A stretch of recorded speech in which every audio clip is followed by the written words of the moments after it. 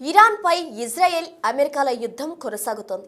ప్రస్తుత పరిస్థితిలో యుద్ధం ఎప్పుడు ఎలా ఆగుతుందో తెలియడం లేదు. ఒకసారి యుద్ధం మొదలైతే దాన్ని కంట్రోల్ చేయడం చాలా కష్టం. అయితే యుద్ధంలో పాల్గొంటున్న దేశాలు వాటిని ఎలా ముగించాలని అనుకుంటున్నాయి?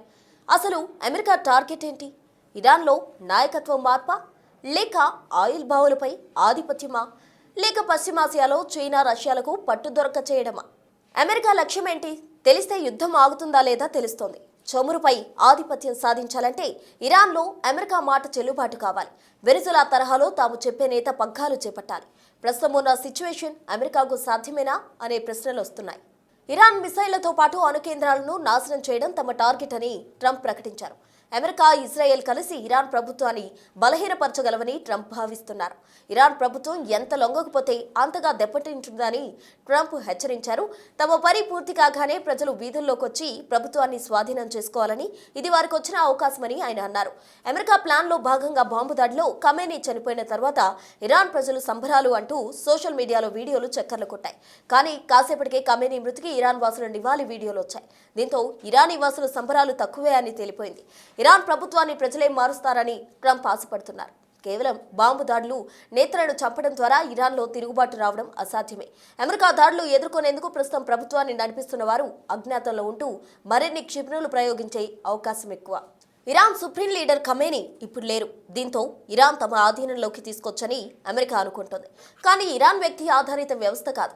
ఖమేనీ లేకపోవడంతో టాప్ లీడర్షిప్ చనిపోవడం, సైనిక సలహాదారులు హత్య పెద్ద నష్టమే. దీంతో ప్రభుత్వాలు కూలడం కష్టమే.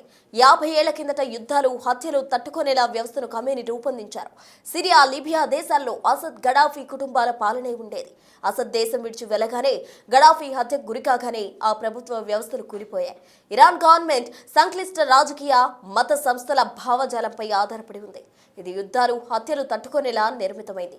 అది కూలిపోదని కాదు, కానీ ఆ వ్యవస్థను కూలగొట్టడం చాలా కష్టం. ఇరాన్కు బలమైన రక్షణ వ్యవస్థ ఉంది. భద్రతా బలగాలు, అణచివేత వ్యవస్థ బలంగా ఉంది. సాధారణ సైన్యం, పోలీసులతో పాటు ప్రభుత్వాన్ని దేశంలోనూ విదేశాల్లోనూ కాపాడడానికి ప్రత్యేక అధికారంతో ఉన్న ఇస్లామిక్ రెవల్యూషనరీ గార్డ్స్ కోర్ ఉంది. ఇది వెలాయత్ ఏ ఫకీస్ అనే సిద్ధాంతానికి బలంగా నిలిచే శక్తిగా ఉంది. జూరిస్ట్ పాలన చేయాలనే సిద్ధాంతానికి ఇది బలాన్ని ఇస్తోంది. ఇరాన్ ఇస్లామిక్ విప్లవానికి ముఖ్యమైన సిద్ధాంతం. ఇది షియా మతనేతల పాలన సమర్థించింది. ప్రస్తుతం ప్రభుత్వం కూలిపోతున్న సూచనలు లేవు. ఐఆర్జీసీలో 1,90,000 మంది సైనికులున్నారు. ఇంకా దాదాపు 6 లక్షల మంది రిజర్వ్ సైనికులున్నారు. వారు ఆర్థిక వ్యవస్థలో కూడా ప్రభావం కలిగి ఉన్నారు. వారి ఆర్థిక స్థితి బాగుంటుంది, సిద్ధాంతపరంగా విశ్వాసంగా ఉంటారు. ఐఆర్జీసీకి బసీజ్ అనే వాలంటీర్ దళం కూడా మద్దతుగా ఉంది. ఇందులో 4,50,000 మంది ఉన్నారు. వారు ప్రభుత్వానికి నిబద్ధతతో ఉంటారు. 2009లో వివాదాస్పద ఎన్నికల తర్వాత జరిగిన నిరసనల్లో తెహ్రాన్లో అల్లర్లు సమర్థవంతంగా అణిచివేశారు.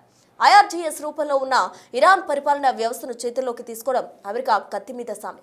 సిఐఏ ఆపరేషన్స్ ముందు ఎలా సాగుతాయనే దాన్ని బట్టి ఇరాన్ను తమ కంట్రోల్లోకి అమెరికా తెచ్చుకుంటుందా లేదా అనేది తేలుతుంది.